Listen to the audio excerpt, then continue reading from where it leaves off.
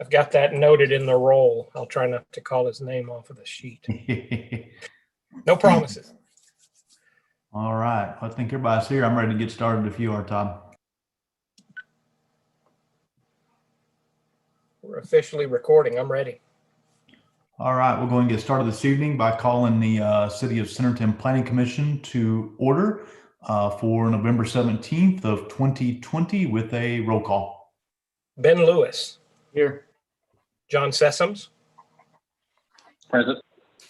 Jerry Harris. Here. Glad to have you back, Jerry. Tiffany Morris. Here. Amber Beal. Here. Craig Langford is absent. Devin Murphy. Here. Joey Engel. Here. And Jeff Seifarth. I'm here as well. All right. First thing on the agenda this evening is the approval of the minutes from the Planning Commission of 11/3 of 2020. Joey, I'll make a motion to approve the minutes from 11/3. This is Ben. I second. All right. We have a motion. We have a second. Is anyone opposed? All right. Thank you, guys.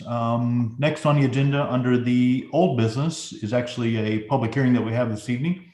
This is for rezone 2020, 3 Pistols. This is at 1150 West Centerton Boulevard. It's A1 and C2 to R3 single family, R3 multifamily, and C2. And so with that, I would entertain a motion to open the public hearing. This is Amber. I'll make a motion to open the public hearing for rezone 20-20 3 Pistols. This is Jerry. I'll second. All right, we have a motion and we have a second. Is anyone opposed? All right, is the applicant here to give us an overview? And I've got 2 names that were given to me, potentially either Tom or Randy.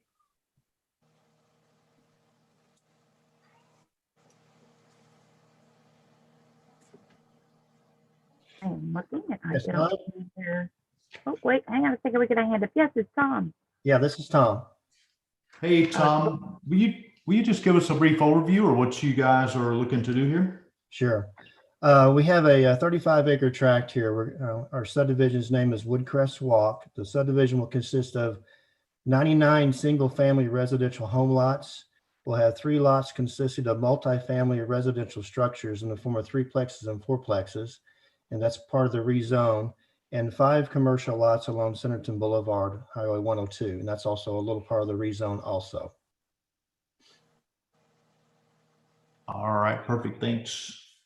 Let's see, who from Diane, it looks like you. Do you want to give us a staff overview as well, please?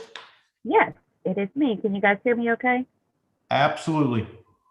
Oh, yeah, good. Hopefully I don't sound like I have a tea kettle behind me like I did last time. This property is located at 1110 West Centerton Boulevard.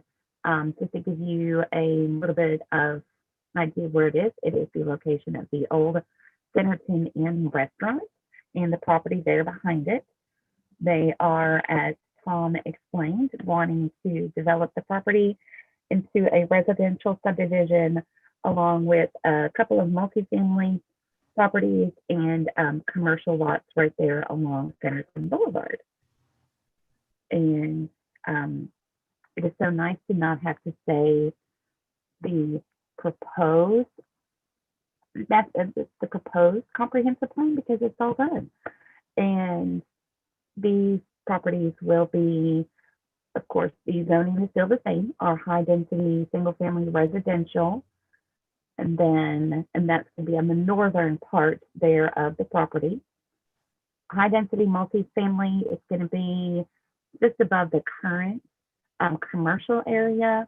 And then the highway commercial is going to be the area that was still zoned agriculture right there next to the commercial. Of course, the transportation access there is Highway 102.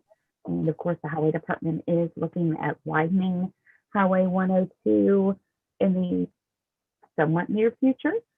And we have asked, because there is a development with this also, we are asking for them to provide 50 feet of right of way so that way the highway department will have a full 100 feet of right of way. And they will also be connecting to Spicewood Trail. They're on the north side of the development. They will connect that through on down to Highway 102. The surrounding zoning is R3, there to the north and the northwest of the agriculture off to the west, C2 to the east and south there along 102. Of course, this also is very close to the Sun Meadows area and Commercial Street.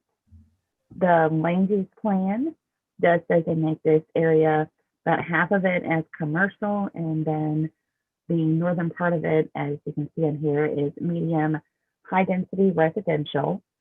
And that is described as areas consisting of detached and attached single family residential homes with a density of 7 to 11 units per acre. And then the highway commercial, and this zoning request, rezone request to R3 single family and R3 multifamily is considered consistent with this plan. The multifamily in the commercial area is, a little bit off there, but they are at least doing commercial right there along Highway 102. And the commercial zoning request is considered consistent, because as you can see, that is all zoned for commercial in that area and also commercial on the land use plan. And I tried to do a quick synopsis, so that way if there's any public that needs to ask any questions, there is plenty of time, and you guys, of course, are welcome to ask any questions that you may have also. All right, thank you, Diane. This is a public hearing, so at this time, we'll open it up for anyone from the public that wishes to speak or ask any questions or make any statements to the commission. So with that, on the screen, if you joined virtually, there's an opportunity for you to press raise the hand, and then you can be recognized. If you happen to call in by phone, there's an opportunity you can press the *9 or *9, and that will raise your hand, and then you can be acknowledged as well to speak. We do ask that if you address the commission, that you state your name and your address for the record. It definitely helps with our notes. And then we do ask that you try to limit your comments to around 3 to 4 minutes out of respect for anybody else that may wish to speak. So with that, I will now open it up to the public for anyone that wishes to speak. So far, we do have one hand raised.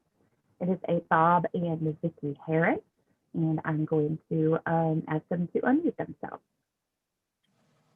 Bob and Vicki, if you are there.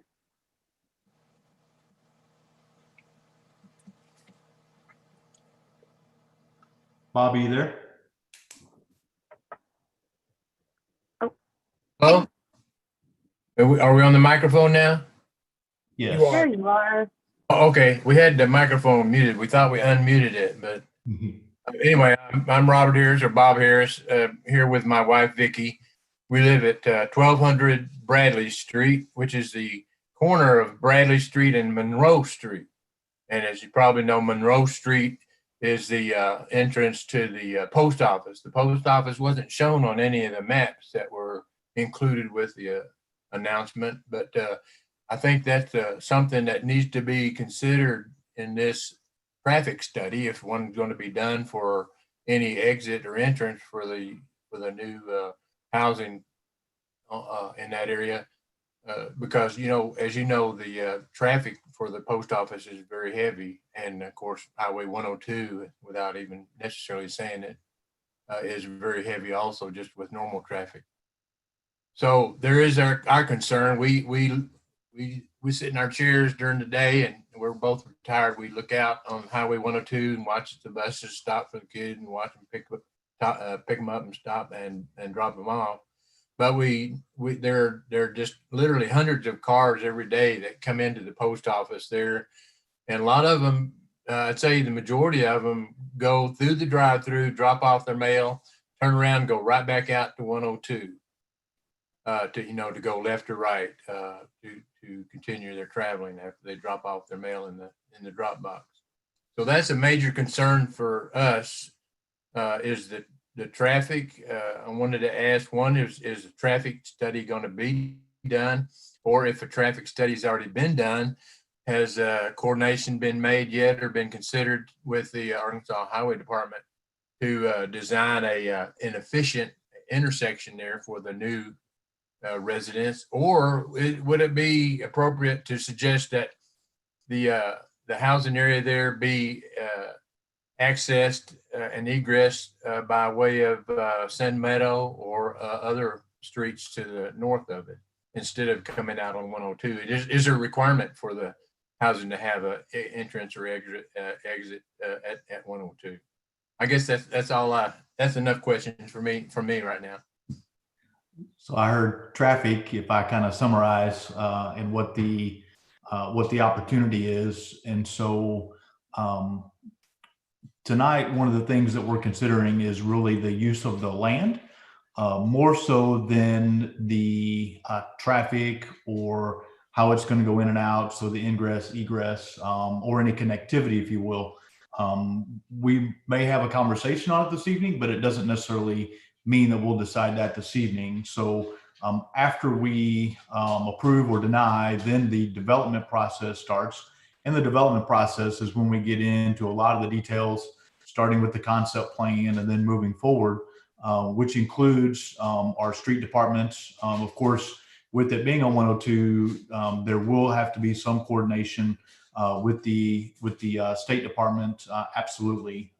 And so, duly noted, and I know that Rick, our Street Department director's on. I don't know if you want to say anything else, Rick, or just kind of leave it at that as an overview.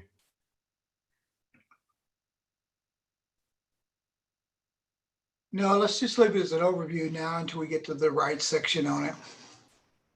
Okay. So if I may ask a follow-up question? Absolutely. Yeah. Then in considering the repurposing of an area for like this one is being, there's no consideration given for the suitability based on the impact on traffic in the area, because traffic is already, all it takes is one school bus on 102 and you've got a traffic jam. It goes all the way back to beyond the west end of the town. But and then you got the post office, and I mean there is an impact there, and I just think that the impact of rezoning that to another purpose than what it is already would be something that would have to be considered in approving it, wouldn't it? I think one thing that you had asked Bob, and that Diane had covered, is there is access on Spicewood, is what she had mentioned in the overview, to the north.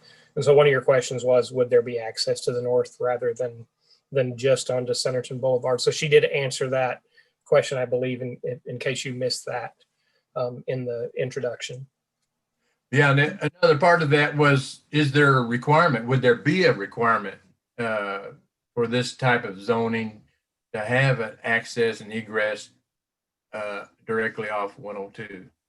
The answer to that is yes. If they do more than 30 units, they have to have 2 points of access. Their only access is going to be 102 and then the street to the north.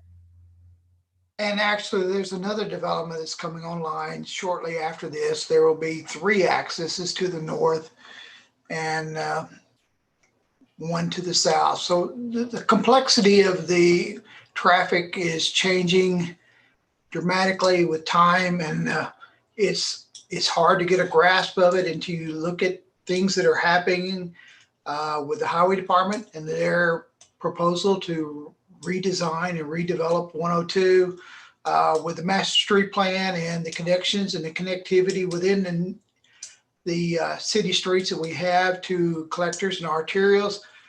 It gets quite complex, and it's hard to see it. And it's really hard to see until you start putting all the individual components together. Well, right. It requires professionals to do traffic studies and traffic engineers to do the design. It's not something you can just go willy-nilly and say, well, let's put an intersection in here and put a street light or stop light or traffic light there and see what happens. I mean, we don't want to do it that way, I'm sure. Again, they've as stated earlier that 102 is looking at being redesigned now, and it's a future improvement for our community and for the state, and it will be done by the state. And I think they will be addressing a lot of these issues and making it flow smoother. Okay, that's really all I have. I just wanted to make our concerns known about that because we witness this every day as we watch traffic on 102 and watch it go in and out of the post office and in and out of our neighborhood, of course. And I also wanted to thank the Planning Commission for all your service that you put in on serving on the commission. And I want to thank you for the good job you do on that. Appreciate it, and thank you for addressing tonight and asking the question for us to consider. All right, Diane, is anyone else raised their hand to speak to the commission this evening? We did have a hand raised from Wesley. His hand's no longer raised. Wesley, if you are still interested in speaking, then go ahead and re-raise your hand. And we did have a comment from someone that lives there to the north of the subdivision where this rezone is, that they would like to see more houses there because I guess they have some issues with noise from the church there on 102. And that wasn't against it, it was just a comment that they had. And I don't see another hand raised. I don't know if Wesley's thoughts were taken care of or. Wesley's question was about about the fish hatchery. Oh, okay. Thank you. He misraised his hand. I just wanted to make sure he wasn't being ignored. Yeah, I answered him. So we'll do a third and final call for the public comment on the rezone 20-20 then.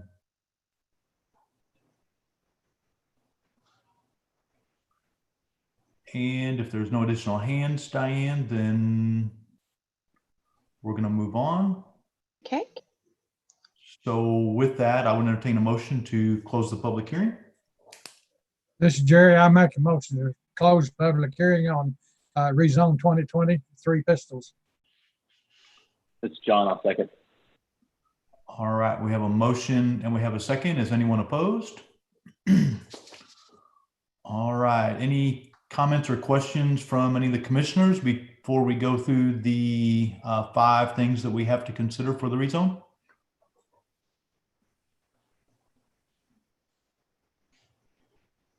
All right, let's go ahead and get started on these then. I think if you'll scroll down just a little bit, I think Nicole's probably driving.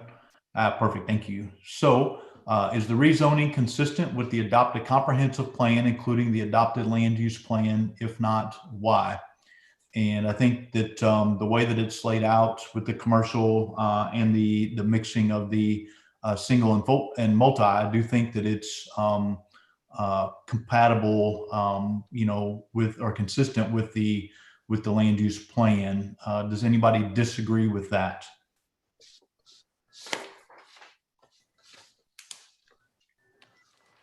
All right. The next one is the proposed rezoning compatible with the surrounding area and zones. And again, I feel as though this one is, especially with the commercial up front, being along Highway 102. Then, of course, the single family back where the single family is today. Does anybody disagree with that?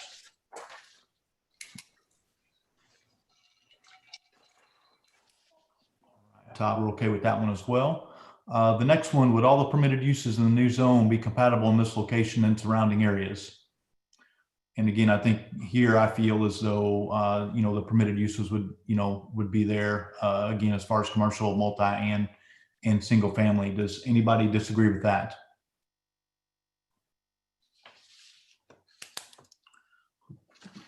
Todd, we're okay on that one as well. Next, would the rezoning provide a benefit to one landowner but not be considered for other similar properties in this area? And again, I don't think this necessarily benefits one landowner. I think we would consider, for all the properties that are in this area. Does anybody disagree with that?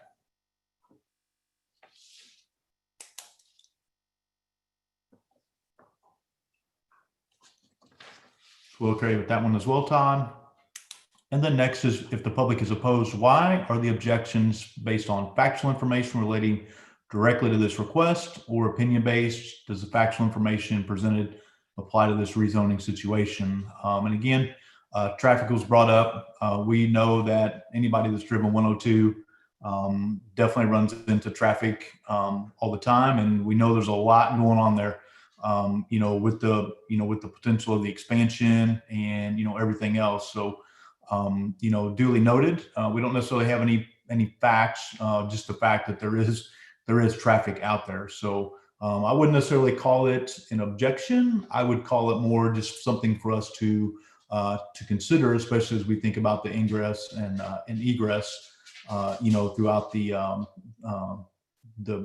rezone. So I think we're okay on that one as well. Does anybody have any comments or concerns about that?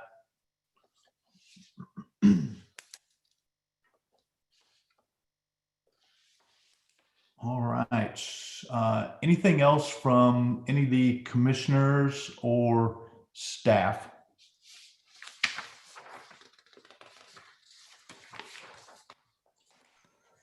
I think you guys pretty much covered it all. All right. With that, I would entertain a motion for the rezone 2020, the Three Pistols. Again, it's at 1150 West Centerton Boulevard. It's A1 and C2 to R3, single family, R3 multifamily, and C2. This is This is Jerry. Amber. I'll make a motion to approve rezone 20-23 Pistols. This is Jerry. I'll second. All right, we have a motion and a second. Todd, since there was a public hearing, if you will do a roll call for me, please. Ben Lewis, Yes. John Sessoms, Yes. Jerry Harris, Yes. Tiffany Morris, Yes. Amber Beal, Yes. Devin Murphy, Yes. Joey Engel, Yes. and Jeff Seifarth. Yes. All right, thank you guys for that one. Next under old business this evening is subdivision 20-04, the Prairie Brook phasing plan. This is at Bush and Tycoon Road. It's R3. It's 193 single family lots, approximately 40 acres. And I have that potentially Dan or Jason would be on to give us an overview. Sir, this is Jason Engels with Expedient Civil Engineering. Hey, Jason, just kind of give us an overview of what you guys are looking to do. Sure. This is Schuber Mitchell Homes has purchased this subdivision, and with most of their subdivisions, they'd like to phase them and get lots ready to for home building quicker than waiting to get the whole subdivision built out. You see the phasing plan before you. I will add that the city's made a recommendation to improve all of Tycoon and Bush with phase one. I think that's doable. I think they'll go ahead and do that with phase one. And then the phase one area and phase 2 and 3 areas are slightly a little different than what this showed, where there were some sewer mains that we couldn't get access to. So it differs just a little bit different, but this is pretty much sums up the phases. There'll be 5 of them, starting from Bush Road and working north.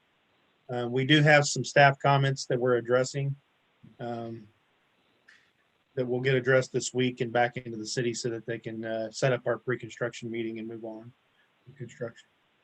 If that'll answer any questions you may have. Okay, thanks, Jason. But go ahead.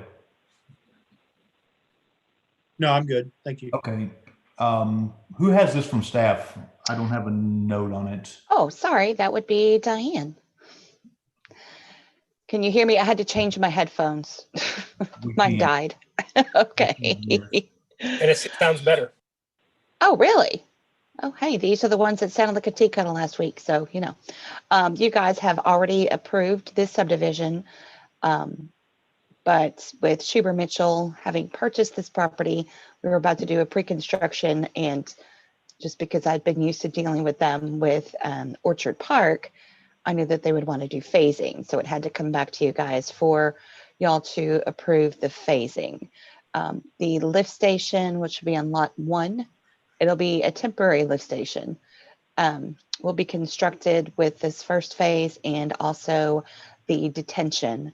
And as Jason mentioned, staff, we did request that they go ahead and do all of the street improvements for Bush Road and Tycoon at one time with phase 1 to get that out of the way. And Schuber Mitchell, they seem to do a really good job with breaking it out into phases. And also the fire department has requested that they do a loop drive. It doesn't have to be paved, but it does have to be able to hold, the 75,000 pound fire vehicles. And I know that Paul was working with Jason on that earlier today. Let me know if you guys have any more questions. And we had a concept plan today for the property to the east. We had a concept meeting on that one yesterday or today. And we are making sure that they connect where the stub out is here for this property. Diane, if I may speak in regards to the fire access road, I Yes. spoke to Schuber Mitchell, and they were not wanting to provide that. They said that there's 2 accesses, one onto Tycoon and one onto Bush with phase 1. I don't know what, for whatever reason, they may be under the impression that it needs to be paved and maybe they can just be gravel, but they thought that was sufficient. I know as they build this thing, they're going to build it from south to north. They're going to make sure they provide those access points, but I know that the staff is just making sure, looking out for the city's interests to make sure that that's maintained if the economy were to shut down or anything. So I just want to add that I don't know if we, fire code, I don't know if that's required. Maybe the commissioners, I can pose the question to them. I know the fire marshal has made the request, but what's required is anything over 30 lots, we have to have 2 access points, which we do with phase 1. We have 2 access points, one on the Bush and one on the Tycoon. Paul, the fire marshal is here. Oops, sorry, Diane. And he might want to speak to that. Okay. This is Paul with the fire marshal's office. So the reason why we're requiring this is it doesn't have to be the final grade. All it has to do is to hold the 75,000 pounds to guarantee as things are being developed into the next phases, we have access throughout the entire project to make sure that if something happens, we can get into that area. It doesn't have to be the final grade. It doesn't have to be paved. Like you said, it can be gravel. It just has to hold the 75,000 pounds. And a lot of the other developers are on board with it because they're going to have to build it anyways. And it gives them the ability to have access to that section as well throughout the entire project. Jason, are we talking about the access point to the east or the west? No, and maybe Paul can clarify. Were you thinking maybe the outer loop being the fire access road through phase Correct. 5 along the east side? Yes, sir. It's just that one, if we could just do that one loop where she's tracking with the cursor, that makes sure that everybody has access throughout the entire project. No matter what happens, there is access. I see. Yeah, I'll just have to, I don't know if Schuber Mitchell's on here tonight. I sent them the invite. It's not my property, so I can't say yay or nay. But if you're going to make a requirement, then that's what they'll have to do. So, Paul, isn't there a distance requirement between those 2 drives as well? Correct. It is the diagonal. In phase 1, you're probably, if phase 1 was just its own development, you're good. But as you start adding the next ones, especially whenever you get into phase 3, those two accesses are not going to cover the amount of ground that will be open, or I mean, is being developed at that time. This way, you don't have to worry about it. It's done in the very first. No matter what happens, you have your access. And like I Gotcha. said, it doesn't have to be the final grade. It just has to withhold the 75,000 pounds. Right. Well, from a cost standpoint, I'd rather have to do things twice. They'd probably want to cut it to final grade, put some base on it, so the base is there, and then you can drive on it, that sort of thing. But that's what okay. I mean. I'm not asking for the curb and gutter. I'm not asking for the paving. I'm not asking for any of that. Just so that way we have the 75,000 pound access. What's the minimum width on that, Paul? Is it just 20 feet or? Give me just a second. Jason, while he's looking that up, to answer your question, if Paul wants it, then we're probably not going to argue with him. Right. It's just, if you can cover my point, I'm going to say yes, but I don't know if the developer's on. It's not my land. It's not my property, but whatever you require is what they're going to have to do. So the 20 feet. Yes, sir. Jason, and just a note, you've already did some grubbing there and you're down to solid material. Obtaining that 20,000 or 75,000 pound road section is not going to be hard to do. Yeah, I agree.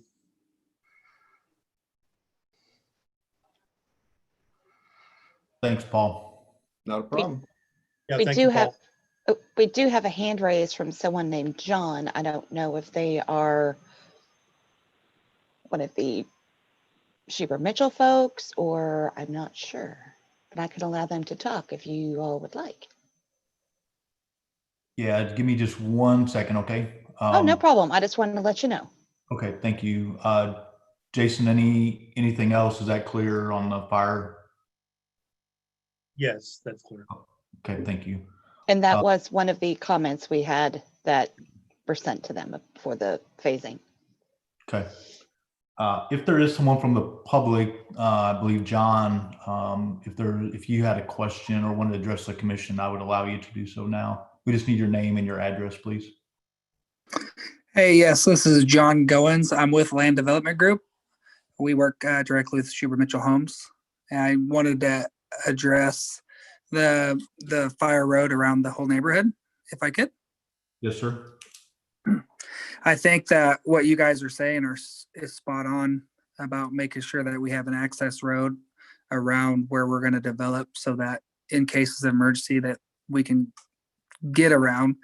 I would like to propose that since this is broken out into 5 phases, that maybe we keep one of the phases directly, since we're going south to north, that we keep a loop in one of the phases opposed to go ahead and building a road all the way around the subdivision. My reasoning for that is that when we do build these roads, with all the utilities and the site work going on, it will inevitably always get destroyed and have to be reworked. And I realize it's not a very intense road that we're going to be installing, and that it's going to be easy to maintain to get the compaction that we need to for a fire truck roundabout. But I think it's as Paul, I think Paul's main concern is being able to access the site. And so what I would propose is that we stay one loop rather north of where we're intending on working, with a loop, if that makes any sense. Paul, did you follow that? Not exactly. So, John, if you look, you're building a detention pond in the area that you're talking about creating that loop on. It's logical. If you'll build your loop to the east and come across, it's a lot easier than trying to come across, turn back and go across your detention pond, build to the north, come across at the very north end, and you're done with it. It's only logical. Yeah, so my understanding is the loop that we were wanting to install for the fire protection is going all the way around. Is that Stone Street? Yes, but Like the outer loop. Yes, but you got your detention pond that'd be in the way the other way. You're building more street that way. You build it one time and be done with it. You're really only talking about supporting 75,000 pounds. Don't come across and cut up and cut up. It's a lot more logical to go around the outside and be done with it. And you've got it in place for the whole subdivision. Okay, that makes sense. Thank you. Thank you. Thank you, guys. Any questions, concerns, or thoughts from any of the commissioners? Hey, yeah, are they requiring sidewalks on the exterior? Yes, sir. Okay, couldn't see that. Thank you. I got a question about the lift station. Has Frank had a chance to review the phase plan? Does he have any issues with that? We've worked through that, he and I think he's happy with it. We're putting in a temporary, then it'll be converted to a permanent later on. I'm speaking for Frank, but I don't think he's here. Okay, yeah, we didn't have any notes from staff comments. I just want to make sure he saw it. Yes, he did see it. Okay, cool.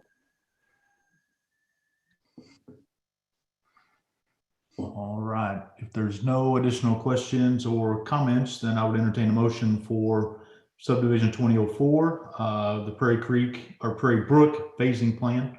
Again, Bush and Tycoon, R3, and that's 193 lots.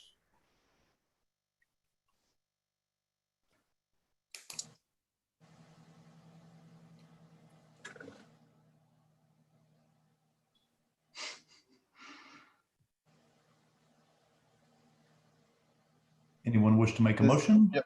Yep. This is Joey. I'll make a motion to approve subdivision 2004 Prairie Brook phasing plan. This is Tiffany. I'll second. All right, we have a motion and we have a second. Is anyone opposed?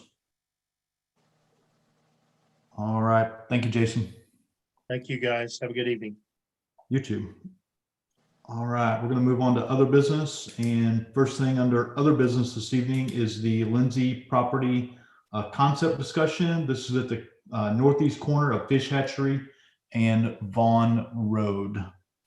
And it looks like I have a couple different folks that may potentially be on either, let's see, I have a Hugh, Kim, Jorge, or Trent that may want to do the presentation this evening and give us an overview. I believe Hugh is here. I'm going to allow him to talk. He was having some tech issues earlier. Hugh, are you? I'm here. I'm here if Okay. you can hear me. All right. Just appreciate you working through the technical difficulties. If you could just give us a brief overview of your concept.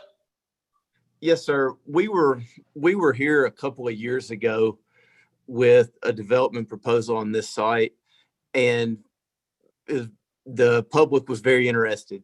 So in those discussions, what the neighbors asked us to do was to put single family up against single family. And then Mr. Lindsay really wants to do a golf course here. So in our golf development, what we're wanting to do, and I sent in earlier kind of a rough sketch he drew out. And that's how unbelievably, that's how all our stuff starts, is a hand drawing like that. And we put up a rough drawing of kind of where we have single family versus single family on the north and the east. Then we have golf, and then our apartment development part of the golf is inside of that, so it's buffered from everybody. And then the city requested commercial up against Vaughn. So we have no issue with the commercial on Vaughn. We have no issue with the collector streets going east-west across the top and north-south across the east. I did not realize on this drawing, it doesn't show where Mr. Lindsay was proposing to connect to Blake and then come south and kind of jog around and match up with that curb cut to the south. And that curb or that curve could do some traffic calming. But really my main point of talking to y'all tonight is just kind of what are y'all thinking is even possible here? You know, we want to do the golf. is that possible? We think that this part of the world could use it. West High School up there is really doing good. Our golf, which is to the east of here, pretty good ways, it has a lot of traffic, and we think this is something that could really benefit. Now, we would be multiple years from actually developing in this probably, but my job is to get a few years ahead of our construction guys. So I'd really like feedback from the planning commission and anyone else, if there's any city council or mayor, if they're on here, kind of what's even possible here, because this does fit with the future land use plan as well.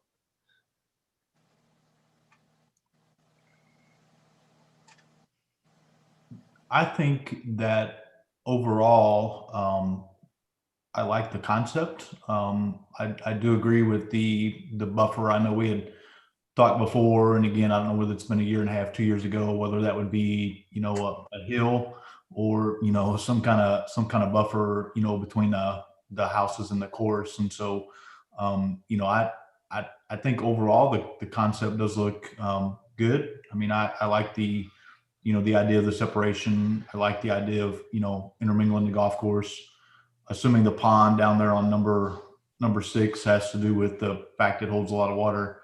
And then definitely the 9 acres of, commercial over there. I think the commercial is, important, especially down 279. And then I'll open it up for any of the other, commissioners that may want to, any comments or questions or anything like that.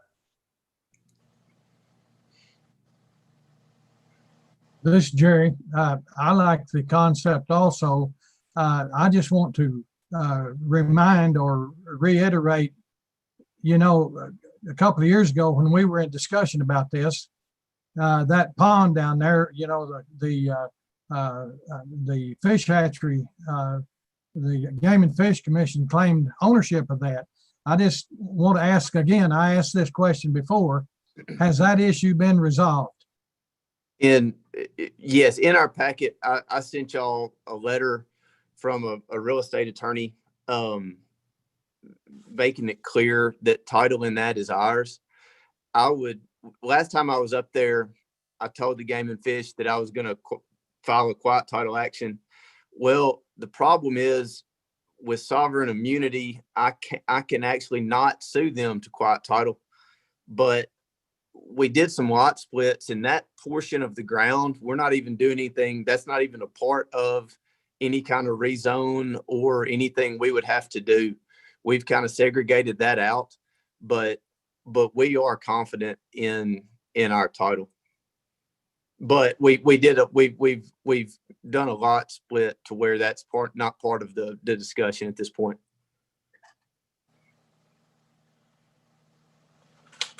Thank Yeah, you. I think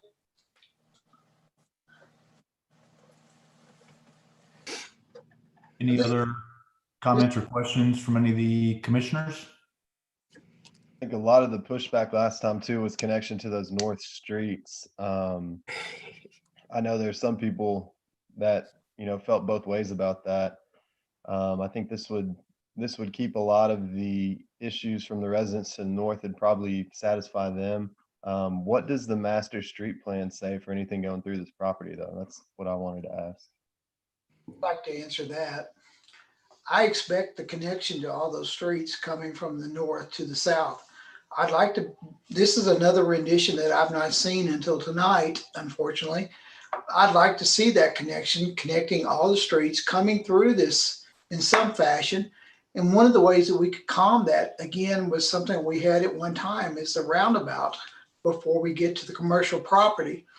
I think we could slow the traffic down, keep the people to the north happy with slower traffic and that connection to the north, creating that connection out to 279 that we need for all of those subdivisions to make them safer for the fire department and everything else. That was always planned for those to connect out somehow. And we need to make sure that we do provide that connection. I love the idea of the golf course. I love the idea of the development there. It's great, but we need to provide a connection. We need to provide a way of calming the traffic and getting it out to Highway 279 safely through the commercial. It's the logical way to go. And Rick, just to clarify, this is a new concept. The area that's being shown in white right now is my understanding, and Hugh, you can clarify, that's for the single family lots that we discussed at the end of last week, I think, in a concept or pre-development meeting. So the plan is to buffer this whole development with single family for the existing single family, and that's where those connections would be made as well. Yeah, that'd be Correct. that'd be- Correct.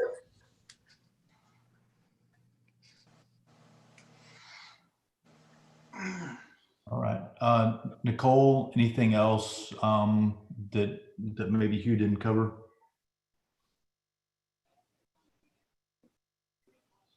No, and just to kind of clarify, this is just on the agenda for discussion. Hugh wanted to get your all's feedback and see nothing's being proposed at this time, and there's no action needed. But yeah, if you all have any other input, that's what he's looking for. I don't mean to sound negative. I can't wait to play golf there, but I want to make sure we have connection out of there. I mean, I know the people are not crazy about it, but for safety and for our safety and for connectivity in our community, we need that connectivity. Our intent is to provide those connectors. Awesome.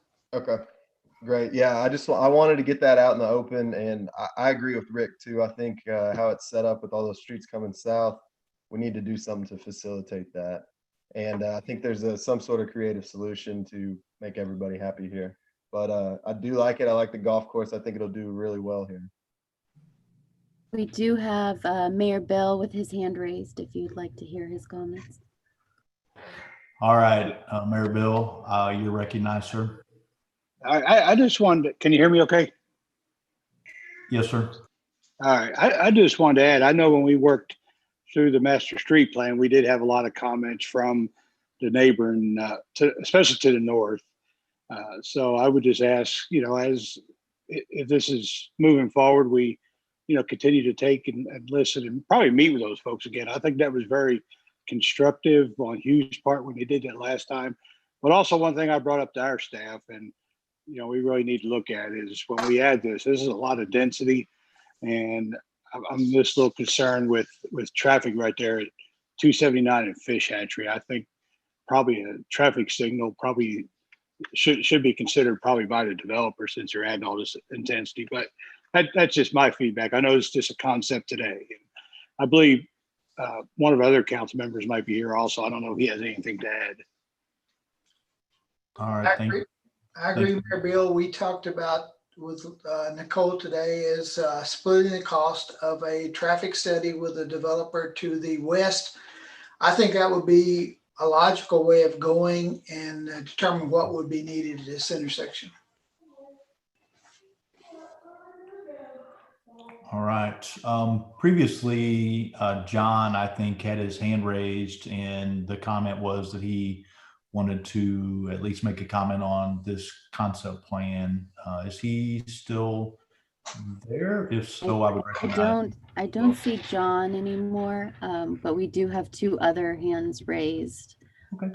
As Bill mentioned, Councilman Lowe is here with his hand raised, if you'd like to. All right, Wayne, go ahead. Okay, this is Wayne Lowe. Can you hear me? Yes. Okay, very good. Wayne Lowe, 211 Shane Drive. I will be on one of those north-south streets. I do, in general, like the concept as it's proposed. Yeah, it's a lot of new houses, single family, connecting to our individual streets.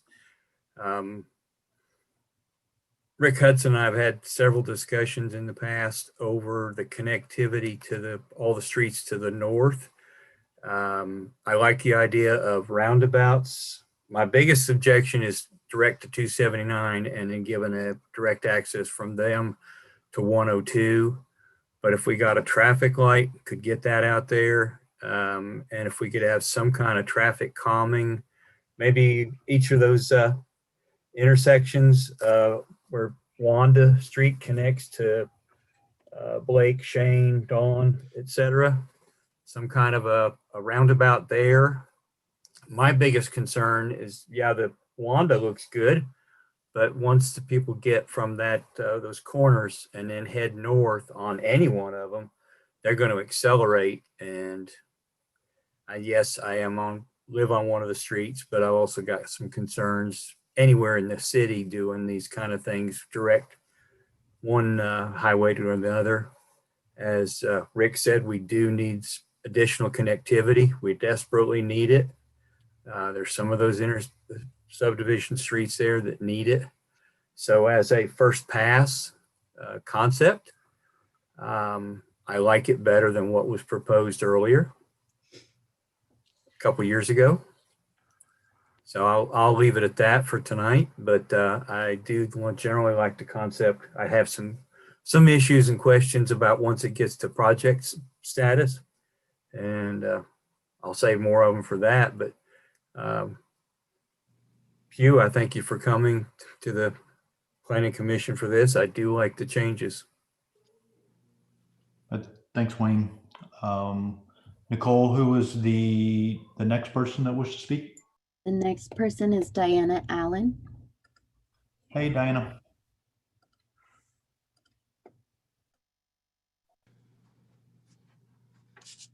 Can you hear me?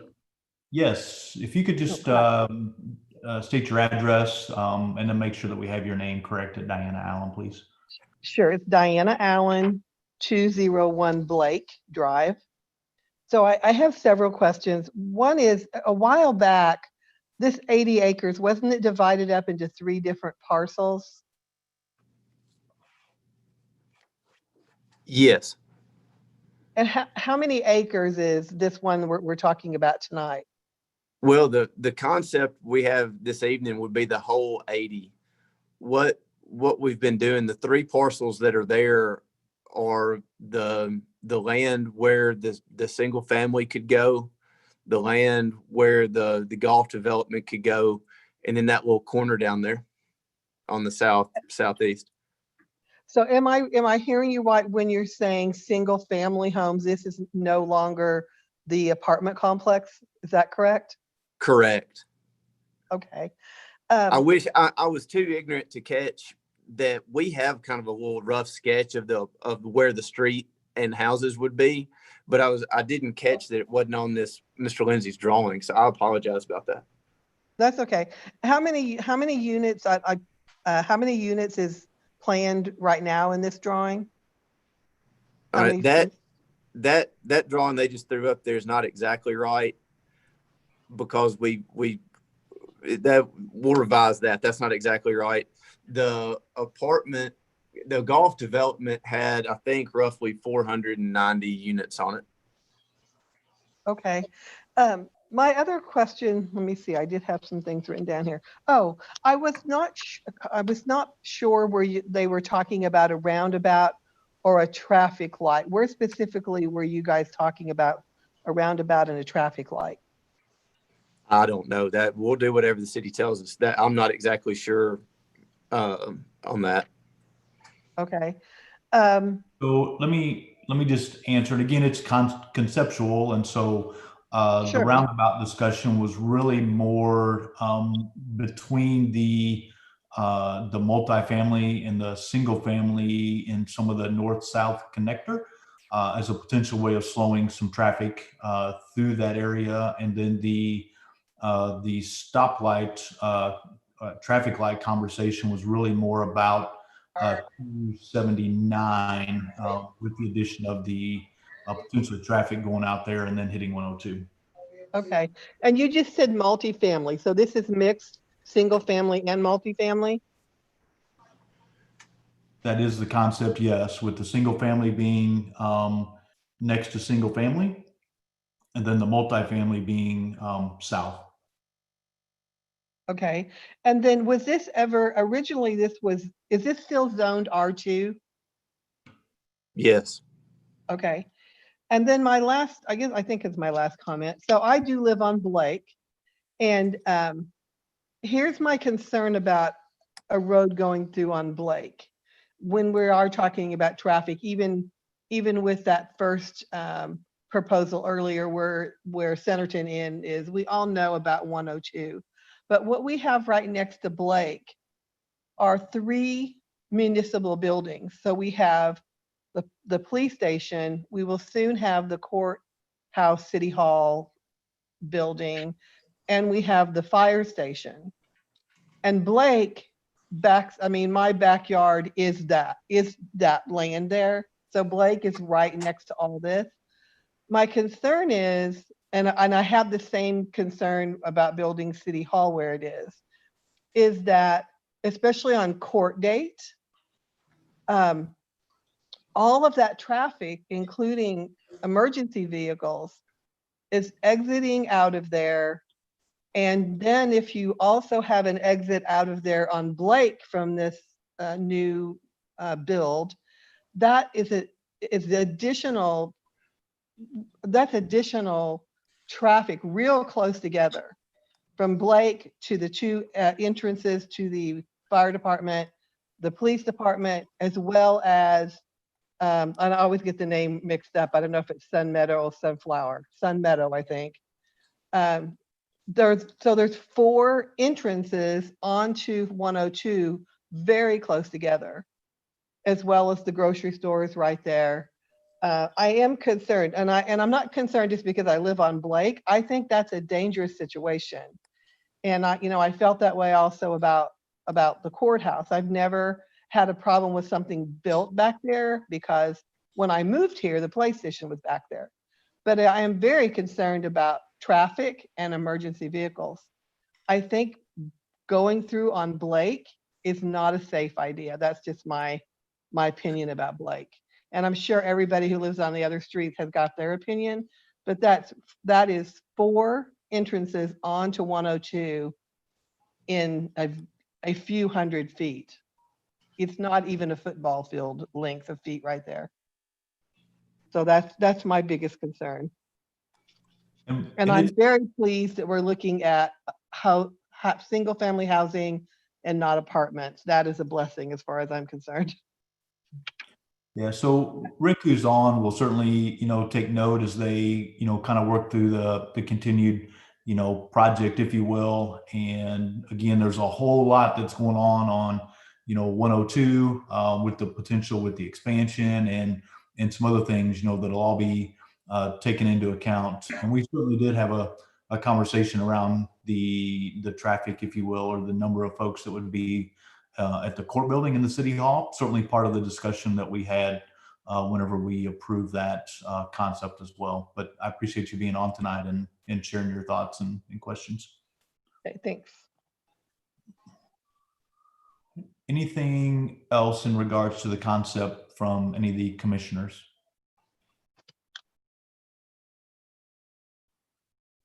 And if there's nothing else from staff or any other questions for you, I think overall we like it. Of course, there's a lot of things to work out, in something that's this large that involves a number of connections and some other things. But I think, in general, it is supported by not only the commission, but, several of the staff members as well.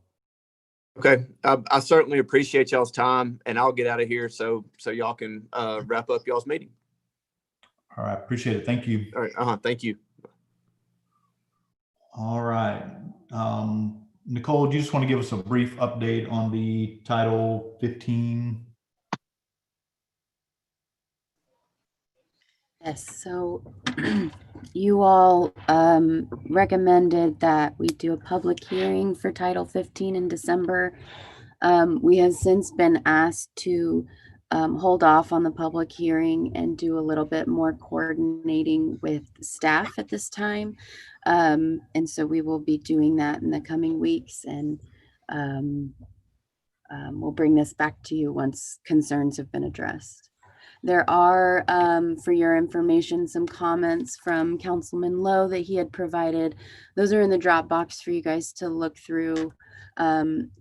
Just a note that he was reviewing an older version of the title, so I think there are some changes that have been made since he commented, so just keep that in mind as you're looking through those, but we hope to have the clean version presented sometime in the near future. It's kind of unknown at the moment. All right, thanks, Nicole. And then you wanted to add something under the other business as well, correct?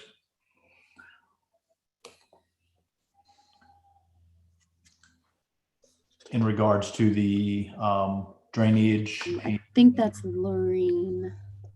Do you want, are you wanting to talk through the drainage manual, Lorraine? There were some changes that we all had, well, we had discussed that. Can barely hear Lorraine. Okay, hold on, I've got to figure out my mic.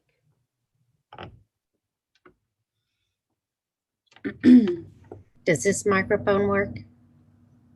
It does? Okay. Loud and clear.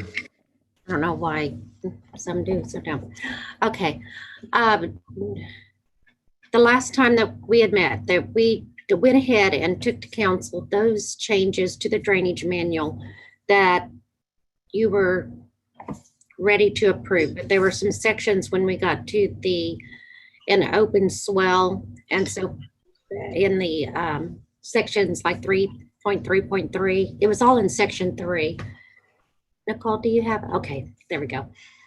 And so this document here, we went ahead and have all the approved changes, but this has some changes that John Wary sent, and along with a few places highlighted where,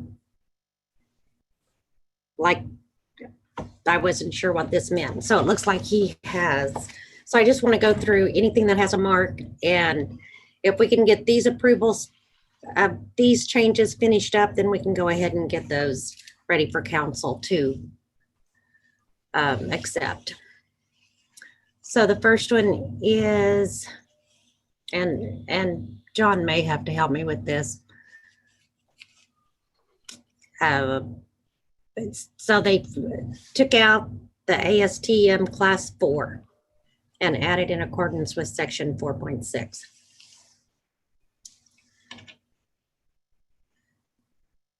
And Rick, I sent this to staff, but it was short notice. So Rick, I don't know if you've reviewed this or not, or if we want to wait until we hear back from No, ma'am, I'm good. fire and building and water and sewer. On my part, I'm good with it, Lorraine. And I'd say if Rick and John are good with it, then we're good with it as well. Hey, Lorraine, this is John. Yes. Just to clarification, what I was doing here is section 4.6 of the manual requires that RCP under paved surfaces have a minimum of 18 inches cover. And oftentimes you run into situations where the cover is less than 18 inches and the engineer would propose to put in a class 4 RCP pipe instead of class 3. And so what this says is that he's allowed to put in class 4 pipe as long as he has a foot of cover, which is the minimum cover required for class 4 RCP pipe. Okay. And that's acceptable nationwide, pretty much. Okay. I don't, like I was saying, a lot of these we're clarifying some of this. This was where we get into the 3.5, but now this is new though. Wait a minute. I may have to jump back to the other one, John. Yeah, Lorraine, if you go to the one in the drop, I think it might be a little more clear because there's those first 2 paragraphs were added. Yeah. Okay. Well, Why not have the right one open? Well, I had pulled the other one out. I didn't realize that the changes weren't showing though. The one in Dropbox that I pull up that says JW edits at the end. Yeah. Yeah, weird. It's got the same name, but the there you go. The red There. Okay, now that works. Okay, so we need to go back up though, because there's other, Man, we can't go backwards. Come on now. all right, well, no, there were some other, actually, we need to go to the beginning. It seemed like there was something. Okay, maybe not. Okay, sorry. I guess it was the 50 years, but we had corrected that one. Okay, so here's where we are correcting the HP pipe. And then putting in this is adding a sentence on that HPP pipe. Okay, and then maybe used in other locations. John is removing at the discretion of the city engineer. You don't want to have a little discretion there, John? Well, I think what we're saying good? is, yeah, that the Okay. engineer can design the development with HDPE pipe basically anywhere except under the streets. Okay.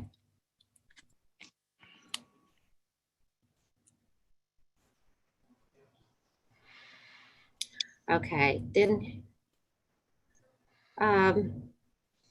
we just changed a little wording on that, consider. And then we get into the open ditches. And so here's where, if Joey, would you like, or well, you all, but I think Joey had a really, this was talking about the swell and how to differentiate between the tertiary swells between the houses and, you know, getting your lot to drain. So yeah, I reviewed it, went over what John typed up. I think it does a good job of defining what we were trying to talk about last time on the drainage swells that run between lots just to direct water out of the backyard versus larger swales that would be more of a cumulative stormwater system. I've read what John put in there. I don't have any issues with it. I think it cleans it up, and I think it'll help everybody. okay. John, the statement, developer shall submit a written request to the planning commission. That was deleted. Well, and again, these are just my thoughts, but it says in your open channels are discouraged in developments, but may be allowed at the discretion and approval of the commission. So I didn't know if it's necessary that they write a letter requesting it, or if it's something they want to request in their design, then the commission would review it. If everybody thinks it needs to be a separate written request, that's fine. I just didn't see the need for that. Well, if they don't put it in writing somewhere, then what do we have that brings it to the commission, I guess? I mean, at the end of the day, staff reviews it, right? Yeah, I mean, at the end of the day, you guys give them notes back that say put it in writing. So yeah.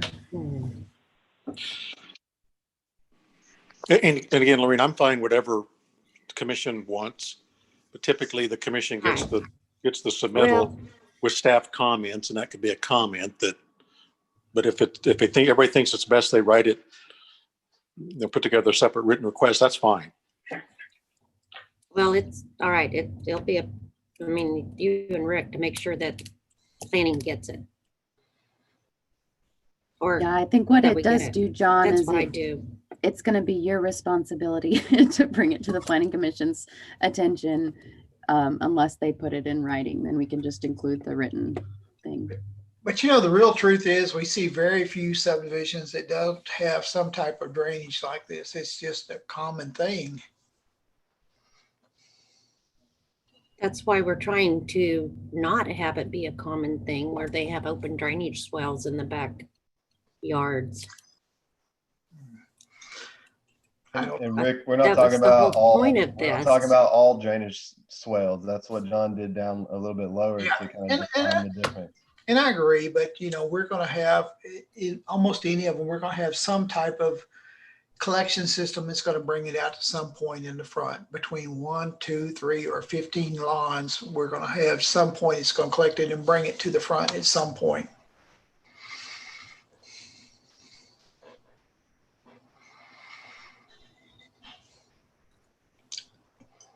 Speaking of which, if you have not driven by Maple Estates in a while, where Ashmore ties in, mercy, what an improvement back there.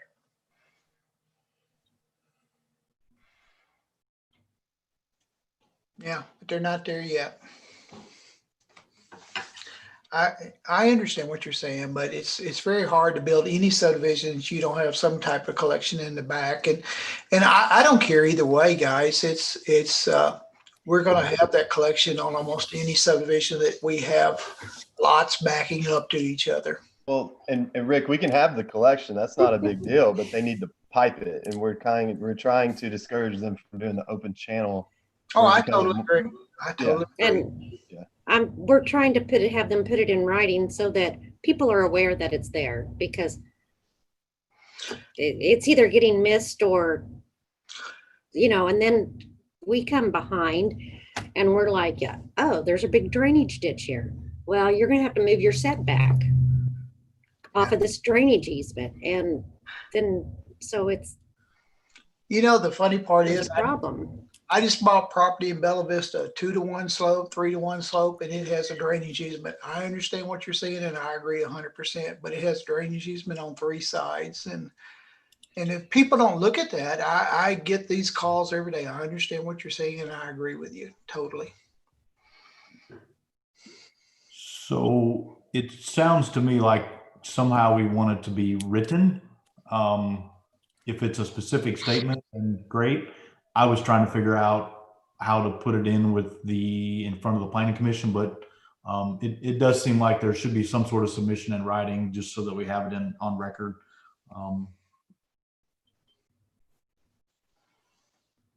Hey, Jeff, this is John. I don't think it would hurt to leave it as written, as we have it there, because I mean, if you take that out, then you're depending on somebody to put it in as a comment. But sometimes things fall through the crack, right? You just forget about it, or you don't see it, or whatever. At least we have it in our document that it needs to be written request. Okay. I'm good. I'm good with it there. So, what's next, Lorraine? Okay, we had talked about that, removing that minimum 20-foot width before. I think everyone's fine with that.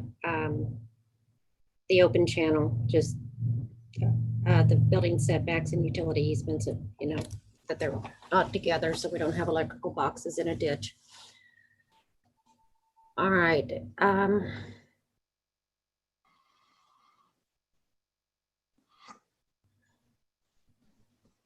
Okay, here's where we took out the 50-year frequency because we changed it in the section 3.3.1. And we're talking about it without, that's all new.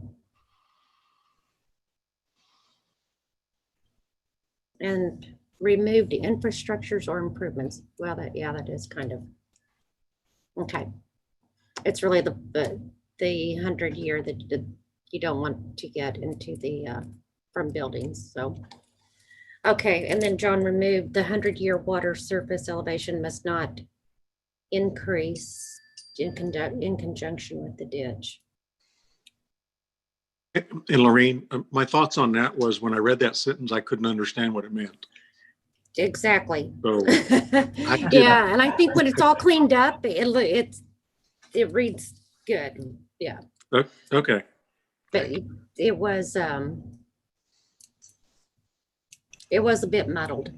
I was kind of wondering, like the infrastructures and the improvements, how you keep the 100-year like from the street or something.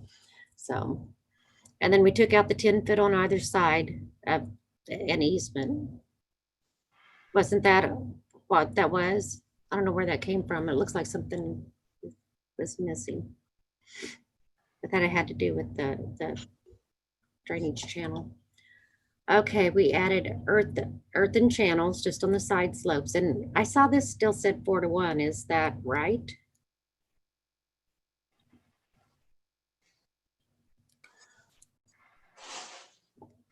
Or is this supposed to be a 3-to-1? That's a minimum. There's a 4-to-1 up there too. That's a minimum. I'm good with the 4-to-1 minimum. Okay, I just wanted to verify. One thing to ask John on the sod, is it a good idea to have it to the 50 or the 100? Typically, I always see it to the 100. Just worried about something, a big storm coming through there and just washing it all out.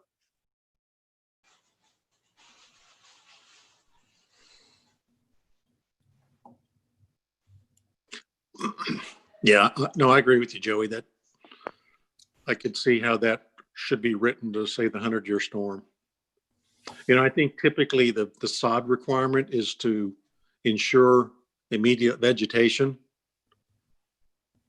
The whole side slope's gonna be vegetated, whether you sod it or you don't, but the sod gives you immediate vegetation. So putting a 100-year storm depth makes sense to me too. Okay. Delete your 5, Lori.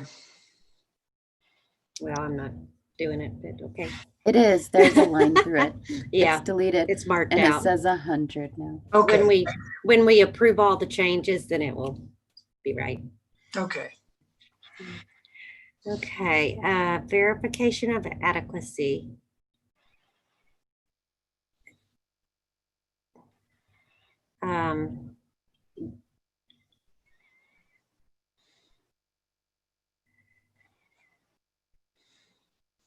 So I guess my question is, who are they notifying? I don't know. Rick, isn't that something that you normally Can you watch? scroll up just a bit? It is, it's the reason we put the engineer in is because the city engineer is the one that is responsible for verification of the drainage improvements and the report. I think there's a difference between verification and witnessing shots, so I don't know that we need to bring an engineer out to witness shots. My guys can do that. Well, and Rick, didn't we even talk about maybe that being a little more lax than it used to be? Yeah, David Todd's, in David's own words, it was just, we had the right to be there, whether we, keeping them honest and knowing that we could show up or we could not show up. And I think, and actually with 35 years with the highway department, that's the way it was. You could drop in at any time and verify anything. I think we need to keep it at that. Yeah, I think it's kind of unsaid that you can drop in and check it out, but this was just asking them to notify you that you're going to be out there so you could go. You knew when you could go. I agree. We don't need to have to be there for all the shots. We'd be there for a couple of shots, witness it, or we can be there if we don't trust them on every shot. So Rick, is this gonna be a call to you, to your department? I think we're a lot closer and a lot easier. I think it would be more logical to be to us. Okay, then a question I have, do we want to specify Public Works or do we want to leave it as the city? And then I know we have checklists for large scales and plats and stuff. Can we add that, can we specify who they contact on those forms so we can leave our code a little more general for future proofing? I think it is on our pre-con agenda, isn't it, Rick?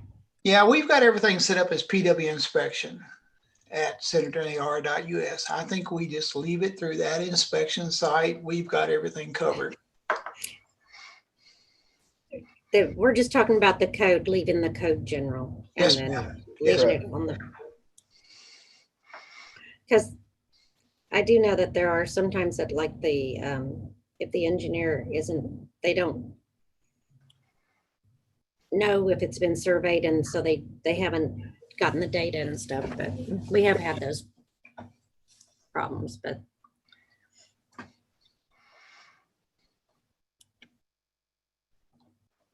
that's fine. When we get a city engineer, that may come back and change. I don't know. But it's fine. On this one, it looks like, Lorraine, you probably want to take off you want to add that last sentence back in about the developer asking with a written request, right? I think it would be good because it requires your approval. So, but Yeah, it's just that's keeping my consistent. opinion.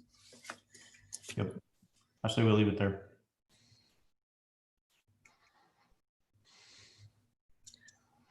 Okay, and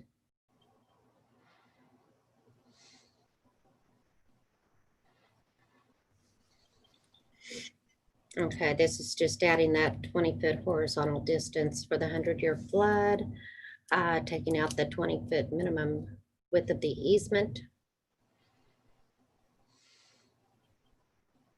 And rewriting that last paragraph. I don't know. All open paved channels shall be approved by the city prior to or at time of approval of final plat for a subdivision and before issuance of, we better put certificate of site completion. Is that more of a verification?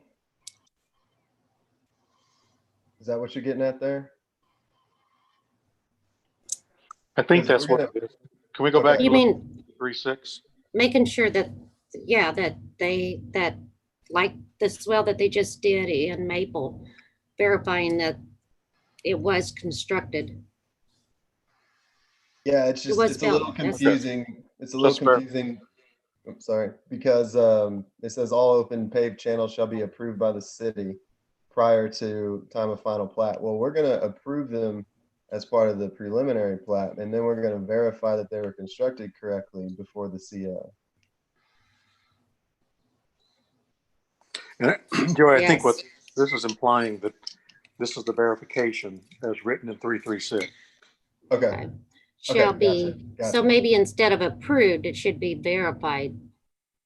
Shall be maybe Or verified. maybe and there should- approved, or I think it's okay how it is. I didn't see the 3.3.6, but just reading it off the cuff, it was a little confusing to me.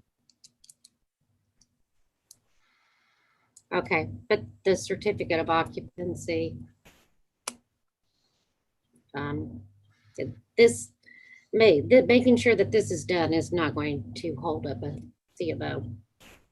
So we are working on doing a certificate of site completion. Wait, making sure this is done should definitely affect the CO, right? We don't have the, We agree, but I would say, Joey, that there are some other things that are happening in regards to that C of O statement. Okay. right now, we have no say in the C of O, is what we've been told. So we're trying to do something else. To make sure that the sites are complete. But even if we have, that a certificate of site completion, I mean, at least we're not signing off on it, whether they have a CO or not. Okay. So I'm sorry, should I change this to certificate of site compliance? I don't know. I don't either. Brian, anybody? Bill?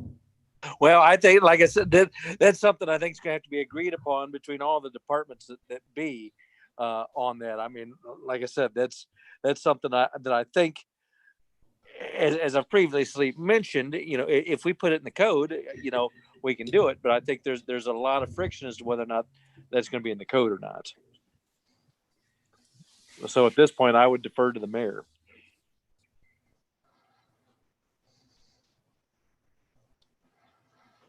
Oh, am I supposed to speak?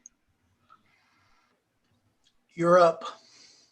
All right, I would leave the COO out of there because he's pretty adamant when he's just responsible for the building. The C of O only works with the building, but we're working through that in Title 15. So I would leave the C of O portion out.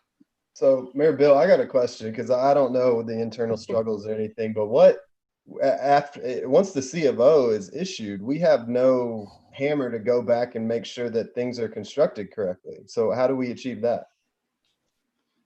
I mean, I think we just, this is how every city somebody, operates, so it's a little odd. yeah, like I said, we need to work through that with our building inspection department before we add anything in here about the C of O, because he will show you a code or state law says that when the building's complete, he has to issue the C of O.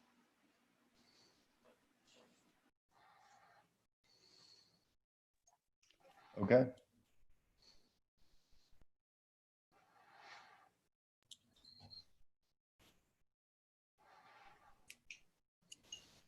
So I really don't know though how we're really going to get all this enforced without having something. You know, I mean. Yeah, it sounds like we're not, I don't and know. it sounds like there's some Yeah, internal it's- struggles that are getting a little out of hand. Oh. So we just need to cover our butts, and that's all we can do. Okay.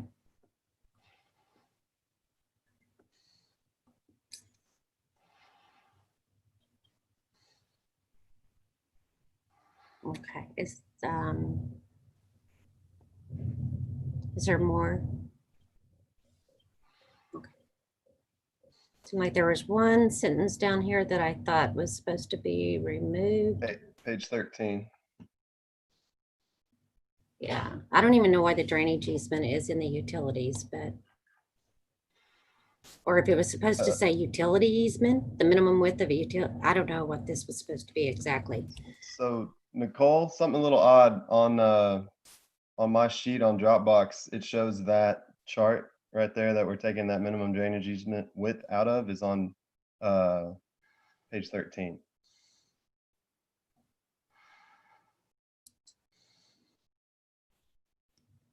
Oh, wait a minute. Oh. The next Say page. that again? Are you Go to talking the about- next page, 3 Yeah, I'm on Dropbox right now, and looking at the same document, it shows that this sentence right here that's highlighted in green is on page 3-13, and you're showing 3-12. That's because when we make these changes and you accept and things. Did we accept a chunk somewhere? I'm just making sure we didn't mess up somewhere. It might be something just to go back and double check. Yeah. Okay. Not sure what's going on there. Okay. If we scroll down to the figure, oh, it's 3.12. Does it have something on the size of the drainage easements? I'm sorry, where am I going? 3.12 is what it refers to. Oops. Am I going the wrong way? Yeah. I don't see Yeah. the 3.12. I don't see a I don't either. 3.12. Okay, well, that's. It refers to, reference? under Oh. utilities, it says see figure 3.12 for dimensions of utility easements required when drainage facilities are installed within the same easement. Maybe it, Nicole, is there a figure 312 towards the back of the section? and I'll go to the original.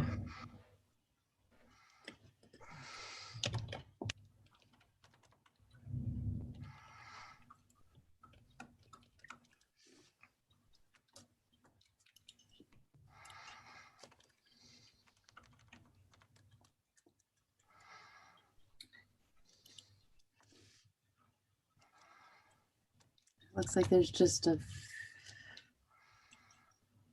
Huh. Okay. Figure 3.12. Oh. Not in this that. document. Oh. Well, and there is in the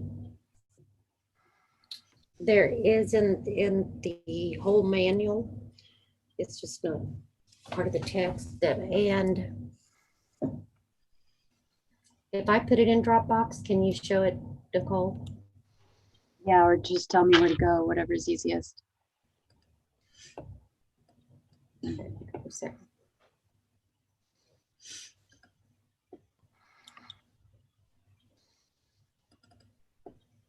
Let me switch my screens. There's actually two of them, continued layout.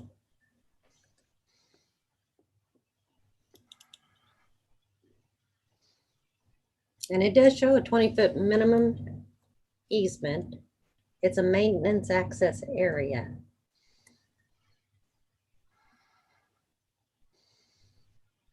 Earlier in the document, didn't we take away the 20-foot minimum requirement? On a few sections we did.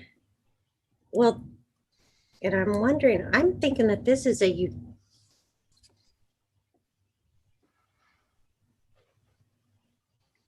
This is for a drainage swell running adjacent to a utility easement or combined in the same easement, I believe.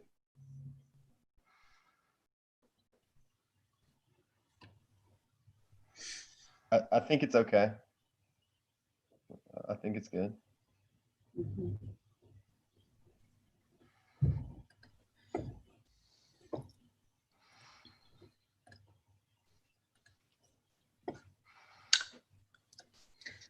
So should this, okay. Should this instead be something about another bullet that says minimum? It should refer to an open channel in it, not a piped system. I think that's what it's trying to say. Well, there's another figure that shows a drainage conduit box and another utility that shows a 5-foot minimum spacing. Yeah, did you get the, Nicole, there's the other one that says 5.12 continued. These were in the original.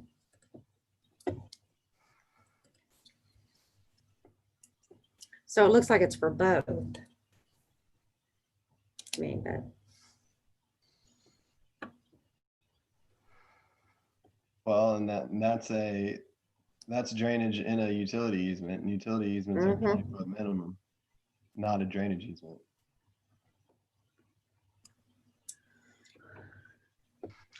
well, I'm wondering if that 20-foot minimum easement is supposed to be combined utility and drainage, but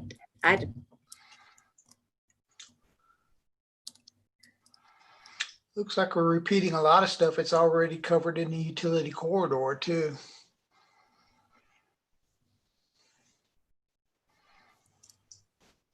well, not for, this is a combined utility and drainage easement. Where like if you have something on its own. But Lorraine, I think what you may be trying to say, this bullet point should say minimum drainage and utility easement shall be 20 feet, which would. yes, Which would- minimum combined drainage and utility easement or something. that Which would makes match 12 exhibit or figure. Yes, and then refer to that figure down there. Maybe take that statement and put it up with that. I'm just a little lost though, since we're putting them all in the front now. Where will we be using this? Because everything isn't always in the front. And yet there are times you may have to combine, you may have to do them, but that's, I mean, you all can take it out. You have access easements required every 60.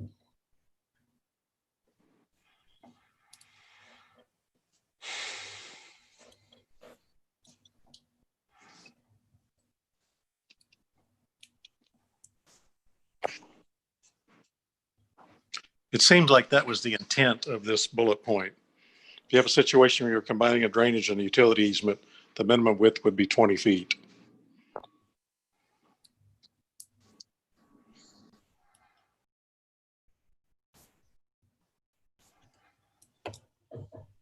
Okay. that it? Yes. That's all I had on, that I had questions on.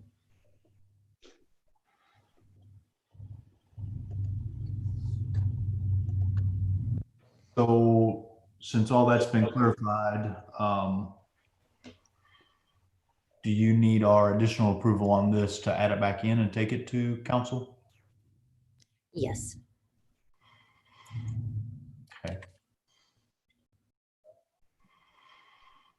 So to the commissioners, based on what we discussed this evening, are there any questions for staff or for John or Rick? This is Jerry. To Rick's point, since you're putting the utilities in front, you wouldn't put a drainage easement in front, would you? I mean, I understand what Rick's saying.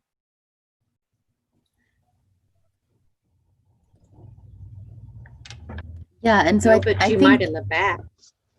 Oh, sorry. I was just gonna say in most situations you wouldn't use that, but it's kind of making accommodations for situations where you may. But Rick, are you saying you want that whole section removed? No, I think it's fine. I just wanted it clear. I don't know that it'll ever be used that much because everything is trying to go to the front. Right. It'll be uncommon.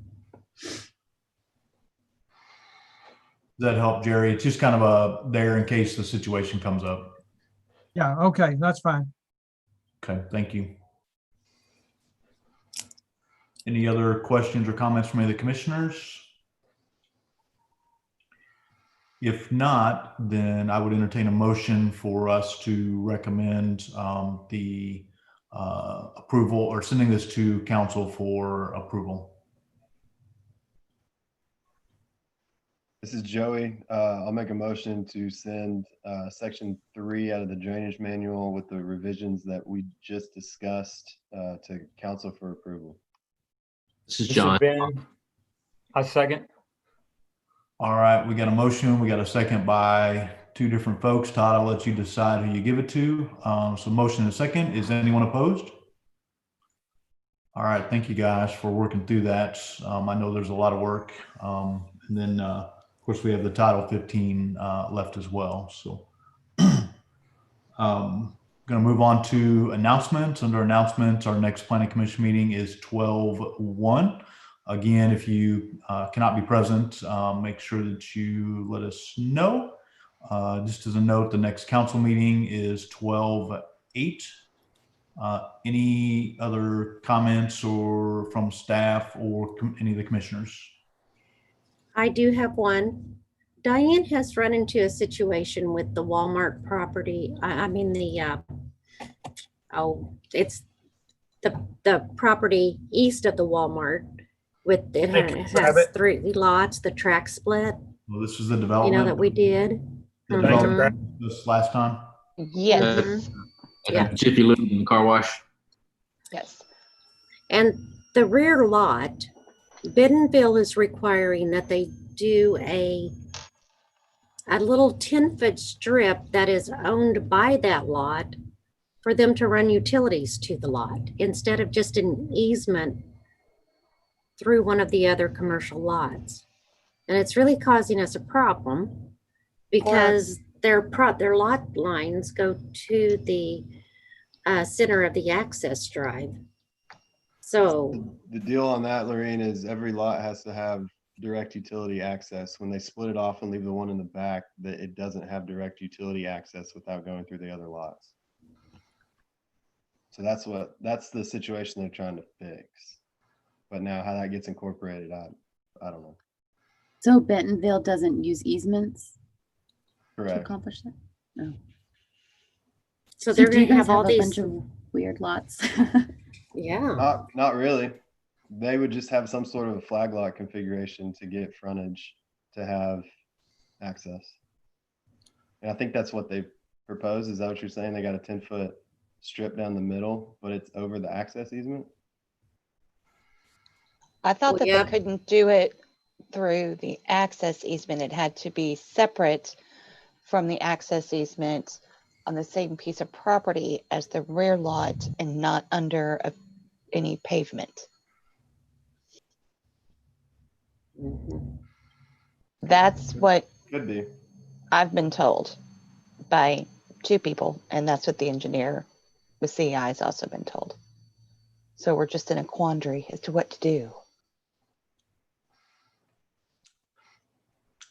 I like that word, quandary. So what's the issue? It's Well, how, I think go ahead, Joey's Jeff. questions really is how do we help resolve, or what can we do to help resolve? I think is more what his question was about. So even if they do a lot split and say you do 3 lots going from south to north, instead of the 2 on the side and 1 in the back, each one would have to have its own little flag. No, the 2 in the front would already touch the right of way essentially. And the 1 in the back would just have to have, and Diane, I think I reached out right when this project came through and I asked you if you had a minimum lot width for this commercial lot and you said no, right? That is correct. We didn't have a minimum lot width for that. But for flag lots, typically they've got to be 60 feet So there is a minimum. for a flag lot. It's 30 Okay. feet, actually. 30 for feet. I'm sorry, Lori. Access, yeah. But So if you had a lot frontage that all fronted right away, it doesn't have a lot width But this requirement? has an access easement, so that gives it that. It just has to have access to a public road. It doesn't have to be necessarily a flag lot, Well, but an I think access that's where- easement through there. I think that's where you're running into the issue is Bentonville's not going to serve it unless it has direct access to the utility. So it sounds like they need to have a 30-foot flag lot. Do you know what Bentonville's minimum easement width is? 20. 20 feet.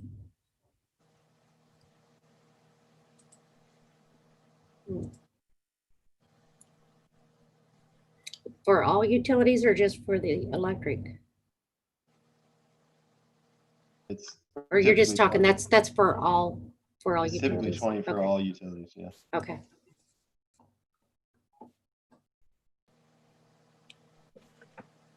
Well, I don't know that they're going to be able to do that. No, not with it being 20 feet.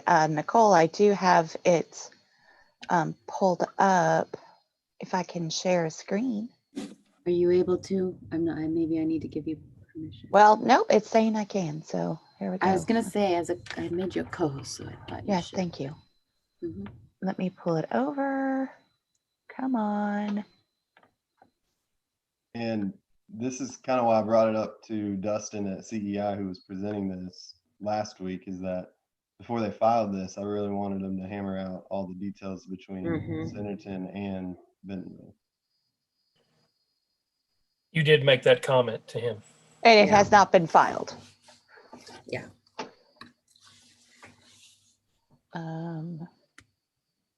Right, let me get to the right page here. Where is it? There it is.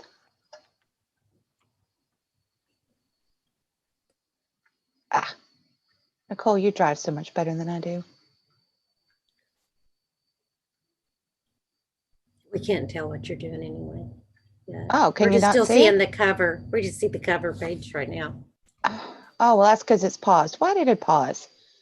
Okay. Did you switch monitors? It does that. I did. Okay, Yeah. so that explained it. Okay, so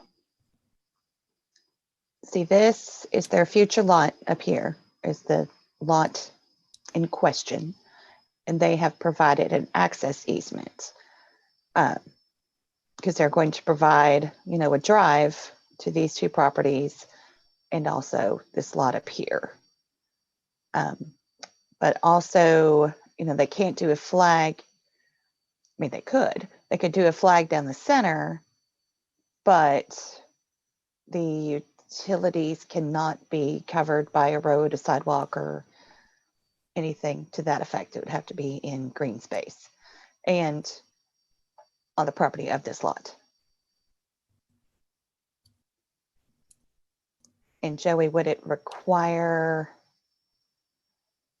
a 20-foot flag lot then? If you've got to have 20 feet? Well, I'm thought you just told me it'd require a 30-footer, right? No, I was saying for you guys, for y'all's utilities. It's going to require a 20-foot easement, and they're going to want to keep the utilities in the green space as much as possible. Okay, so I thought you No, wait a didn't minute. do the easements. They're going to need a 20-foot Oh, okay. I'm sorry. I see what you're saying. They're going to need a 30-foot minimum lot width, and they're going to need, yeah, I mean, they're going to have an easement for the utilities running back into their property because that's not right of way. So then why couldn't they just do this access easement up to their Because property? it doesn't give their property direct access to the utilities. Their property line doesn't touch the right of way. So it has to be a flag lot and a utility easement. Correct. Yeah. Hey, Joey, this is John. So are they planning to serve the back lot with private utilities or public utilities? Well, the deal is they're gonna have to have fire hydrants back there, and they have to be public. So I think that's where they're at. John, this isn't my project. No, I just yeah, know, yeah. I know in the early stages, they need public water back there to serve that lot. And that's how they got to get back there to satisfy that comment. Well, it sounds like the engineer needs to work with Bentonville Utilities. Yeah. I don't know that this is our problem to fix. Right. Okay. And then who maintains that utility area? That lot owner maintains it? Yeah, it's part of their lot. Okay. I'm just verifying this because they had put it along the east property line, but they only showed 10 feet. See, Lorraine, I'm not This is- crazy. I know this is just like, I've never heard of it.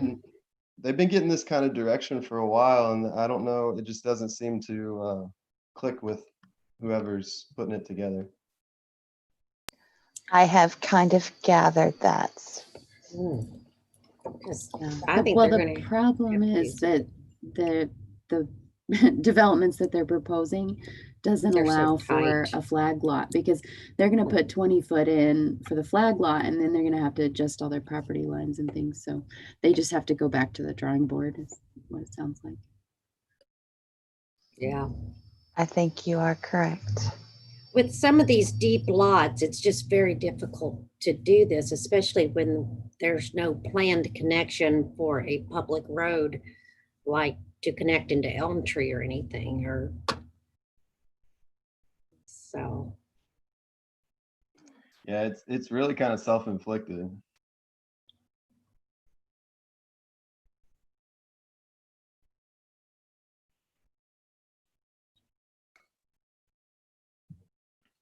Does that help Diane and Lorraine to at least give them some guidance back to work with Bentonville? Yes. Yes, I just wanted to, because I just wanted to verify, because we had talked to someone from Bentonville Utilities, but that was all we'd talked to, so I just hadn't heard of it before. And I don't know, I didn't know how these developments were doing that are set back, off the road and everything. How are they doing that?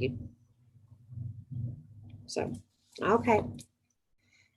Just trying to figure this out. That's Okay. all I have. Lorraine, if it makes sense, the really driving factor is that service lines and stuff like that can't run through adjacent properties. It has to stay on your property. It creates issues down the road when you have service lines running through somebody else's property. So that's what's driving all of that. Mm-hmm. Yeah, and I can understand that part. Just with commercial developments, with them being so big, that seems different, but okay. All right, anything else from staff? If not, this is officially Tiffany's last meeting with us. So I shared with her that she could make the motion to adjourn. Thanks, Todd. Thanks, guys. This I has been told a her she great could make the motion experience. to adjourn. I'll make a motion to adjourn. Thanks, Tiffany. We do have a motion. Is anybody in a second?